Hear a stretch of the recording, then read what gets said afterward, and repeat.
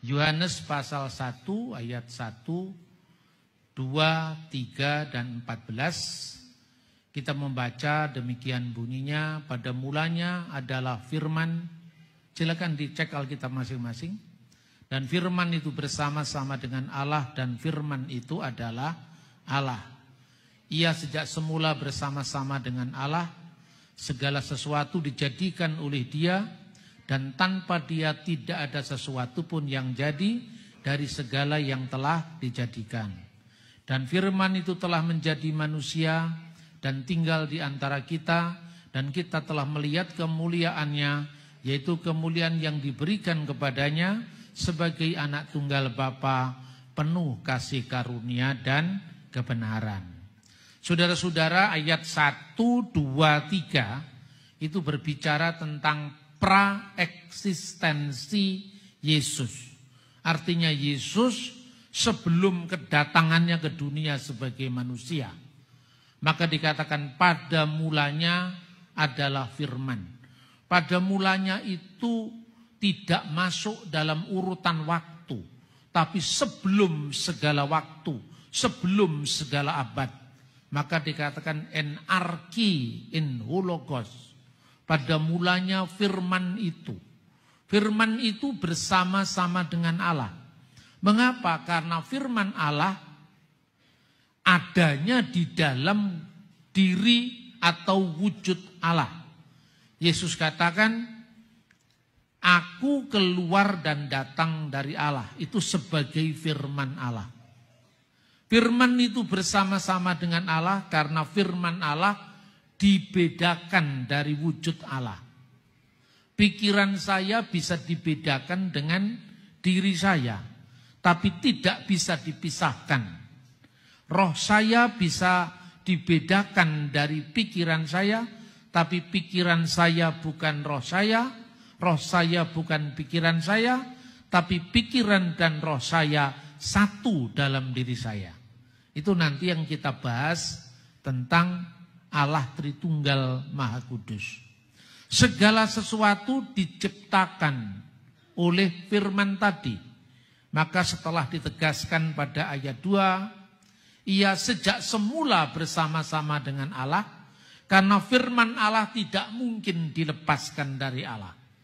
Tidak pernah ada waktu di mana firman ada tanpa Allah, atau sebaliknya Allah ada tanpa firman-Nya.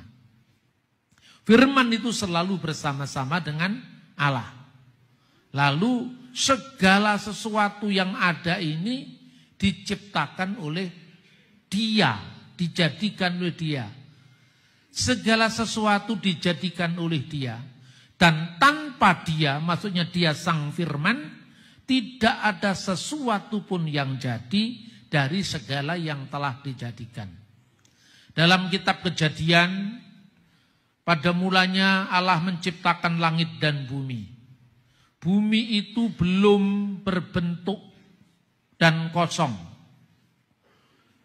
Lalu roh Allah melayang-layang di atas permukaan air. Ketika dikatakan pada mulanya Allah menciptakan langit dan bumi. Bereshit bara Elohim et samayim ve et zaaret. Di sini ada kata Elohim, Allah. Viha aret hayeta tohu wa bohu wa hosek alfenetehom. Dan bumi itu belum berbentuk, kekosongan meliputi samudera raya. Dan roh Allah wiruah Elohim merakefet alfenehamayim. Roh Allah melayang-layang, bukan berarti rohnya lebih kecil daripada samudranya. Itu gambaran di mana roh Allah itu menyalurkan hidup kepada ciptaan mula-mula yang baru akan terbentuk itu. Di sini ada ruah Elohim. Dan berfirmanlah Allah, wa yomer Elohim yehi or wa yehi or.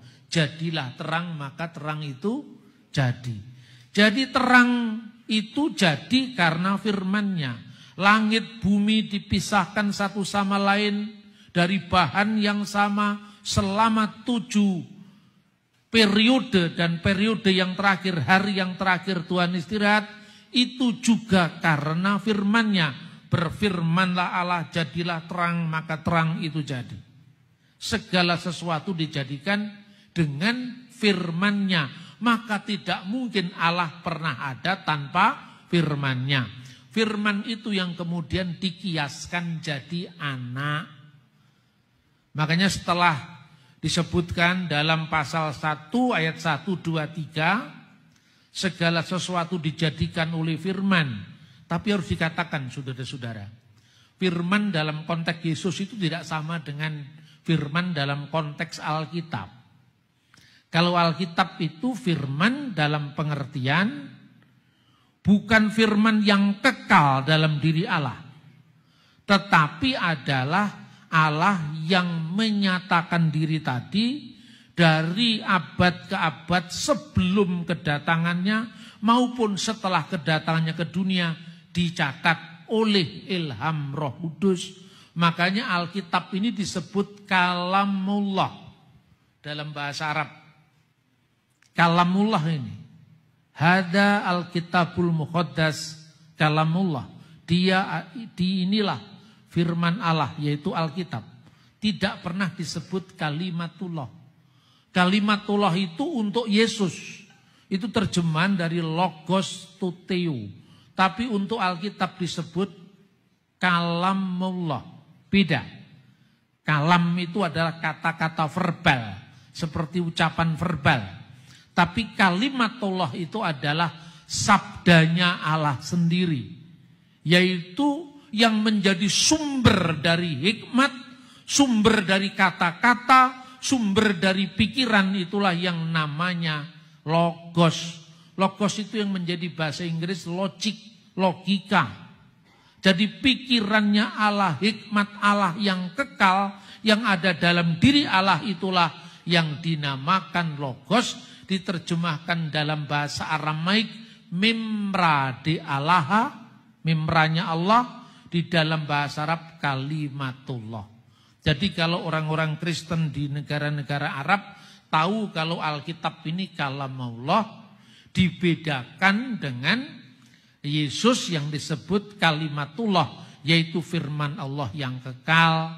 Maka kalau diterjemahkan dalam bahasa Arab firman Tuhan tadi, fil badi'il kanal kalima wal kalimatu kana indallah wa kana kalimatullah hadza kana fil badi indallah kullu say'in bihi kana wa bi ghairihi lam yakun say'un mimma kan al-majdu lillah iman. Pasal 1 ayat 1, 2 dan 3 ini firman Tuhan. Ini bukan Al-Qur'an, saudara-saudara ya. Meskipun ada mirip-miripnya tapi tidak sama. Karena apa? Konteksnya, makna teologisnya itu tidak sama. Jadi kalau dalam Kristen, firman Allah itu bukan efek, bukan akibat dari kun fayakun. Tetapi sumber yang menyebabkan Allah itu menciptakan kun fayakun beda. Jadi kalau dunia, langit, bumi seisinya ini adalah efek, akibat dari kata-kata Tuhan, jadilah maka jadi segala sesuatu. Tetapi Yesus itu sendiri adalah sumber di mana Allah menciptakan segala sesuatu itu karena firman Allah. Dan firman Allah itu Yesus Kristus sebelum kedatangannya ke dunia. Lalu ayat 14, wal kalimatus sara jasadan, dan firman itu telah menjadi daging, telah menjadi manusia, wa hala bainana wa ra'ina masduhu masdan kama liwahidi minal ab mamlu'an nikmatan wa haqqan. Dan firman itu telah menjadi manusia, tinggal di antara kita.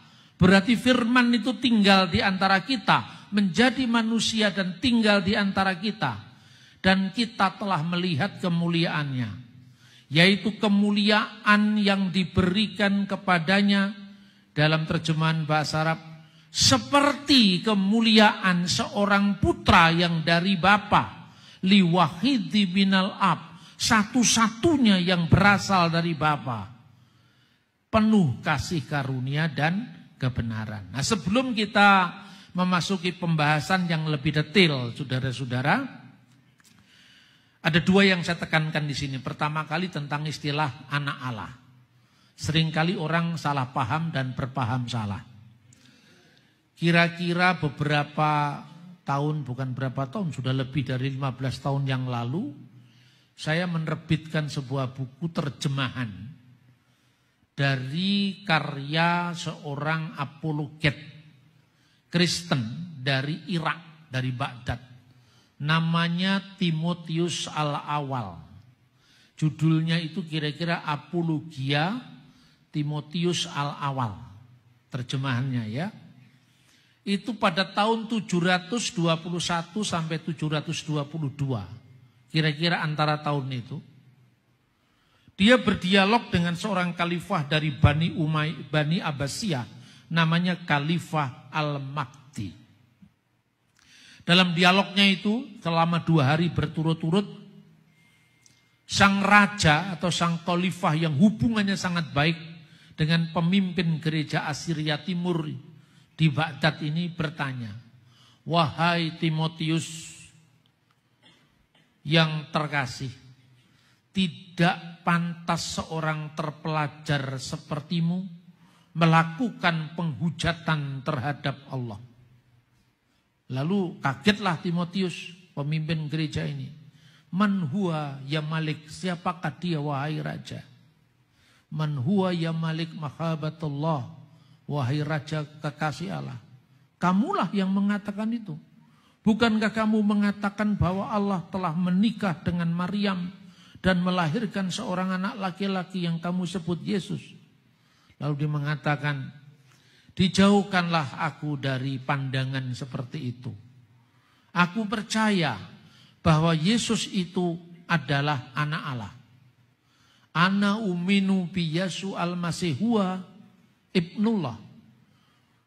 Aku percaya bahwa dia itu anak Allah, tapi tidak dalam makna walakin laisa bimakna huwa Allahu walada, bahwa dia itu berarti Allah itu beranak secara fisik, jasadan, tidak seperti itu. Saya percaya uminu bi Yesu al-Masih kama maktub fil kitabul muqaddas, seperti yang tertulis dalam Injil kami. Itu dibaca ayat tadi, fil badi'il kanal kalimah wal kalimatu kana indallah wa kana kalimatullah. Pada mulanya adalah firman dan firman itu bersama-sama dengan Allah dan firman itu adalah Allah. Lalu dia jelaskan, saya percaya dengan firman yang adalah Allah menjadi manusia.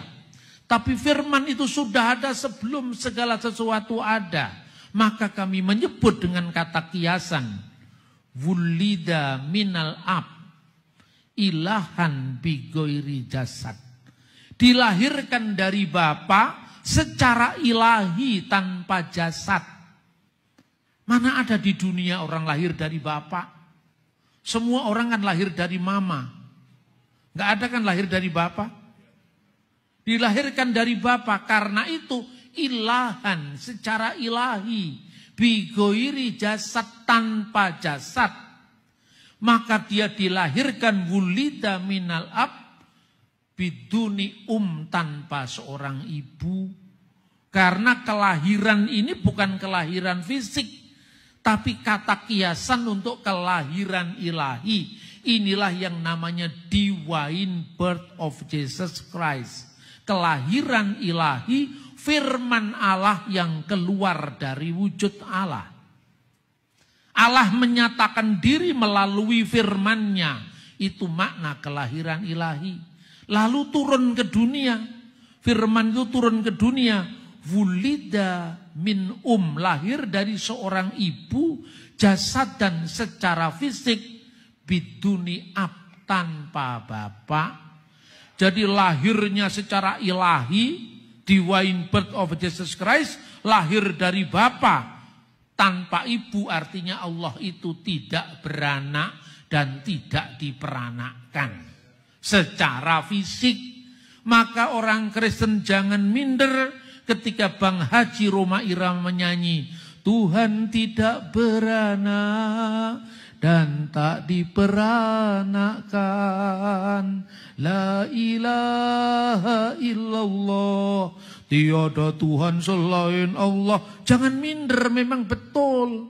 Dan kata la ilaha illallah itu juga ada dalam Alkitab. Ada dalam 1 Korintus pasal 8 ayat 4. Wa alla ilaha illallahul ahad. Dan tidak ada ilah lain kecuali Allah yang esa. Lalu ayat 6. Walana ilahun wahid. Dan bagi kita hanya ada satu Allah. Wa huwa al-abul ladzi minhu kullu syai'in wa ilaihi narji'u. Dan daripadanya segala sesuatu berasal. Wa ilaihi, dan kepadanya narji'u, kita akan kembali. Itu terjemahan bahasa Arab. Wal lana robun wahid, dan bagi kita hanya ada satu Tuhan saja, satu Rob, satu junjungan agung, satu Gusti, satu Dominus, wa huwa Yasu'al Masih alladzi bihi kana kullu syai'in wa bihi nahya. Itu ada dalam kitab suci. Allah itu merujuk kepada eksistensi pencipta itu. Bahasa Ibraninya Elohim, sembahan. Dan 10 perintah Tuhan itu, perintah pertamanya lo yihye leha Elohim akhirim alpanai. Jangan ada padamu ilah-ilah lain di hadapan hadiratku. Maka ketika Yesus ditanya hukum yang paling utama, Shema Yisrael Adonai Elohenu Adonai Echad. Dengarkanlah wahai Israel, Tuhan Allah kita, Tuhan itu esa. Ayat 32 Injil Markus pasal 9. Apa reaksi ahli-ahli Taurat dan orang Yahudi? Benar katamu, Guru, Dia esa dan tidak ada yang lain kecuali Dia. Dalam Alkitab terjemahan bahasa Arab, Huwa wahid wa la ilaha illa huwa, dan tidak ada ilah lain kecuali Dia. Persis dengan yang kita bahas, itulah keilahian. Yang kedua ketuhanan. Ketuhanan itu adalah jabatan. Ya, fungsional. Makanya Rasul Paulus kepada orang Athena, Allah yang adalah Tuhan atas langit dan bumi. Dalam terjemahan bahasa Arab juga Rob di situ. Dikatakan huwa Robbu samai wal ardi. Tuhan atas langit dan bumi. Namun kata Rob ini juga bisa berarti untuk Robbudar, tuan rumah. Dalam Quran ini perbandingan ya, supaya orang tidak salah paham. Konteksnya Yusuf dalam surat Yusuf 50 itu ungkapan irji'i ila rabbika, kembalilah kepada Robmu. Itu artinya juga tuan sekaligus bisa dimaknai untuk alhamdulillahirabbil alamin. Segala puji bagi Allah, Tuhan seru sekalian alam juga Rob. Jadi seperti bahasa Indonesia, tuan itu asalnya dulu sama dengan Tuhan. Tadi pagi saya bicara tentang prasasti Minyeh 7. Di mana kata tuan dan kata Tuhan itu dipakai bersama-sama. Untuk raja dan untuk Tuhan yang Maha Esa. Nah itulah maknanya Tuhan. Jadi kalau dalam Alkitab dikatakan ketika kita perjamuan suci, kita memberitakan kematian Tuhan, ya Tuhan tidak mati. Maka kalau dikatakan orang ini yang pertama kali membawa berita duka tentang kematian Presiden Soekarno. Orang ini yang membawa berita duka pertama kali tentang kematian Bapak Presiden. Oh, Bapak Presiden sudah dipanggil Tuhan. Yang mati Soekarnonya apa presidennya? Soekarnonya, karena presiden itu jabatan. Begitu juga kata Rob, ya, kata Rob, kata Adonai, itu tadi tentang ketuhanan dan keilahian Allah. Nah sekarang saudara-saudara, next, ayat 1, ya saudara-saudara, next lagi. Ayat 1, pasal 1 Injil Yohanes itu menegaskan keilahian Yesus. Firman itu adalah Allah. Kenapa firman harus Allah? Tidak mungkin dong kalau firman bukan Allah. Maka sering sekali saya bertanya, Allah dengan firman lebih dulu mana? Kalau dijawab, lebih dulu Allah, kata Sak Yehova itu. Allah sudah ada, berarti firmannya belum ada. Lah waktu Allah belum punya firman, apakah Allah pernah tidak bisa menciptakan langit dan bumi? Ya tidak, Pak. Tidak ada yang mustahil bagi Allah. Ya, kamu kalau mengatakan tidak ada mustahil bagi Allah sejak dulu kalau itu kan. Tapi Allah menciptakan dengan apa? Dengan firman-Nya. Lalu saya tanya lagi, Allah dengan firman Allah lebih dulu mana adanya? Lebih dulu Allah, tetap aja lebih dulu Allah. Berarti pernah ada waktu, pernah ada limit waktu di mana Allah ada, firman-Nya belum ada. Apakah Allah pernah tidak punya firman? Oh ya tidak. Terus jawabannya ujung-ujung, tidak ada mustahil bagi Allah sejak dulu kalau itu. Tapi jawablah, lebih dulu Allah apa lebih dulu firman-Nya? Lebih dulu Allah, tetap aja. Berarti Allah pernah tidak punya firman. Kalau dijawab lebih dulu firman, terus firman-Nya siapa? Ya firman-Nya Allah. Berarti Allah dengan firman-Nya sama-sama kekal. Kalau sama-sama kekal, kamu percaya dengan ketuhanan dan keilahian Yesus. Ya kan? Terus firman itu menjadi manusia. Makanya ayat 14 dikatakan, firman itu telah menjadi manusia. Itu menekankan ketika firman tadi datang ke dunia, menjadi manusia tadi. Ingat apa yang dikatakan oleh Timotius al-awal. Dan aku percaya bahwa kalimatullah wulida minal ab ilahan bigoiri jasad duna firman Allah itu lahir dari Bapa tanpa jasad, tanpa seorang ibu. Karena Allah tidak beranak dan tidak diperanakkan secara fisik. Lalu turun ke dunia. Nazzala minas sama'i wa tajasada birrohil kudus, telah turun dari surga oleh kuasa Roh Kudus dan menjadi manusia. Yang nuzul itu adalah firman yang menjadi manusia tadi, diam di antara kita tadi, dikatakan lahir dari ibu tanpa seorang bapak. Itu untuk menekankan bahwa Yesus itu lahir dari Roh Kudus. Roh Kudus akan turun atasmu dan kuasa yang maha tinggi akan menaungi engkau. Sehingga anak yang kau lahirkan akan disebut kudus. Suci bukan dari benih laki-laki, tapi anak Allah. Makanya lahir dari ibu tanpa bapak itu untuk menekankan Yesus itu bukan anaknya Yusuf suami Maria. Sebetulnya iman Kristen itu simpel kan? Kalau kita paham dengan baik, firman itu telah menjadi manusia. Belum selesai tadi, kembali ke halaman sebelumnya. Lalu, walaupun ia dalam rupa Allah, hos en morpe teu huparkon, yang walaupun dia dalam rupa Allah, itu sebagai apa? Sebagai firman Allah. Morpe itu adalah rupa yang tetap, tidak berubah. Misalnya, keilahian itu tidak berubah. Kemanusiaan, hakikat manusia.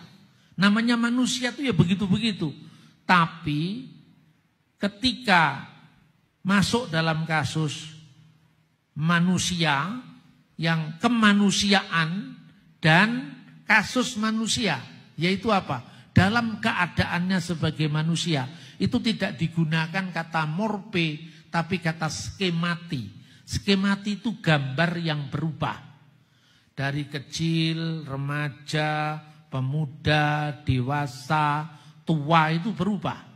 Nah, dalam keadaannya sebagai firman, rupa Allah itu tidak berubah. Yesus dalam keilahian tidak berubah. Tapi dalam kemanusiaannya, dalam keadaannya sebagai manusia, skemati. Skema itu rupa yang berubah. Dia berubah.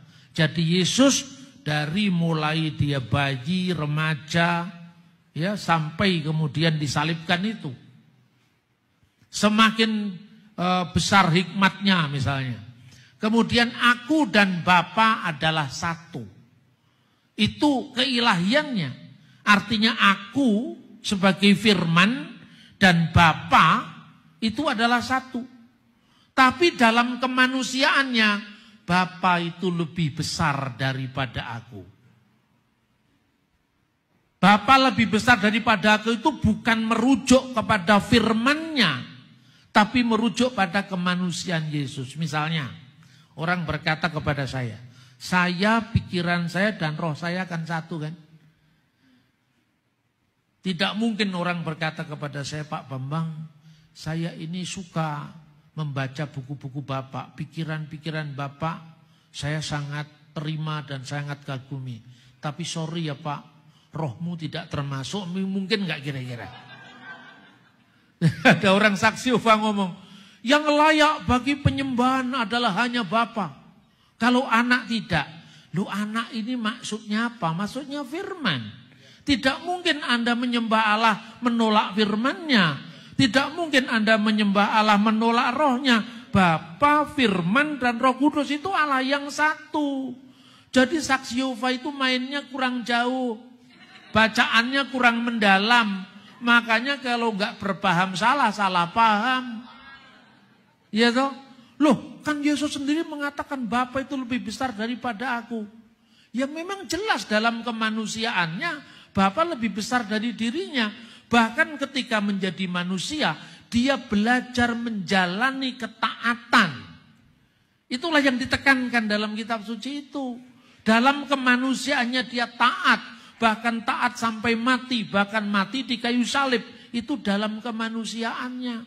Ibrani pasal 2 ayat 9. Untuk waktu yang singkat dibuat lebih rendah dari malaikat. Waktu yang singkat. Itu braksuti bahasa aslinya. Itu dalam Alkitab saksi Yehova dibuang untuk waktu yang singkatnya itu. Jadi kadang-kadang kalau membaca Alkitabnya saksi Yehova itu Alkitab palsu itu.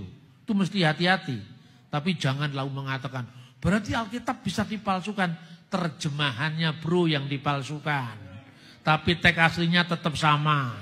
Kadang-kadang orang ini belum apa isinya nuduh terus kan. Makanya selama ada aksi tentu ada reaksi. Orang Kristen hanya menggunakan hak jawab. Dia tidak memulai. Makanya ada lagunya. Kau yang mulai, kau yang mengakhiri. Mestinya kamu yang mulai. Kamu yang mengakhiri, jangan bikin-bikin lagi. Selama ada aksi selalu ada reaksi. Akan selalu gaduh. Saudara-saudara. Karena manusia itu kan punya hak jawab. Sebab aku keluar dan datang dari Allah.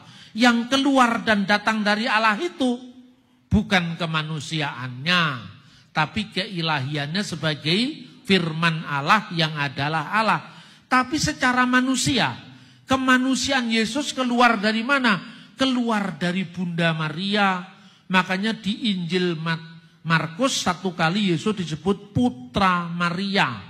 Ibnu Maryam. Karena di dalam Lukas 1:43 dikatakan diberkatilah buah rahimmu. Buah rahim Maria. Siapa dia? Yesus dalam kemanusiaannya adalah buah rahim Maria. Dalam keadaannya sebagai firman Allah. Hari ini telah lahir bagimu juru selamat yaitu Kristus Tuhan di kota Daud.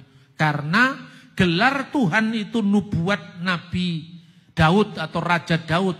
Neum Hashem Ladoni. firman Tuhan kepada tuanku, kepada my Lord, Seflimini, duduklah di sebelah kananku dan seterusnya. Tapi jangan membayangkan ada 2 kursi. Duduk di sebelah kanan itu gambaran bait suci, ruangan Maha Kudus, ruangan kudus halaman. Dan Allah bersekinah di ruangan Maha Kudus, sebelah kanannya istana Daud. Artinya apa? Engkau akan menjadi raja, segala raja yang kekal. Dan ungkapan duduk di sebelah kanan Allah ini ungkapan Semitik, ungkapan Timur Tengah. Kalau bisa dibandingkan misalnya dalam agama Islam, itu pada akhir zaman orang-orang dikumpulkan, ya, ada yang di sebelah kanan, namanya Ashabul Yamin, itu golongan orang-orang beriman. Ada yang di sebelah kiri, ya, Ashabul Yasar, itu golongan yang menerima kitab di sebelah kiri, golongan orang-orang jahat. Kanan dan kiri ini simbol, bukan duduk di sebelah kanan berarti Allah di sebelah kirinya, bukan seperti itu. Itulah duduk di sebelah kanan Allah artinya.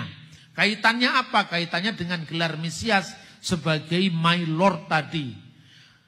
Sebagai dalam keadaannya sebagai manusia, Allah yang esa juru selamat kita oleh Yesus Kristus Tuhan kita, bagi Dia adalah kemuliaan, kebenaran, kebesaran, kekuatan dan kuasa sebelum segala abad dan sekarang sampai selama-lamanya. Yudas 1 ayat 25. Lalu orang bingung, loh berarti juru selamat kita Yahweh bukan Yesus. Ya, dipertentangkan lagi. Ini kadang-kadang yang Kristen pun juga kadang-kadang kalau nggak clear ya gitu itu. Kalau nggak salah paham, berpaham salah, ya kan? Coba perhatikan. Anoki Adonai en mil mibat aldi musya. Akulah Tuhan, tidak ada juru selamat selain daripadaku. Berarti juru selamatnya siapa? Juru selamatnya Yahweh, juru selamatnya Allah Bapa, bukan seperti itu. Kemanusiaan Yesus itu menjalankan fungsi sebagai sang penyelamat. Dan nanti kita akan bahas Mesias sang penyelamat itu imam, nabi, raja.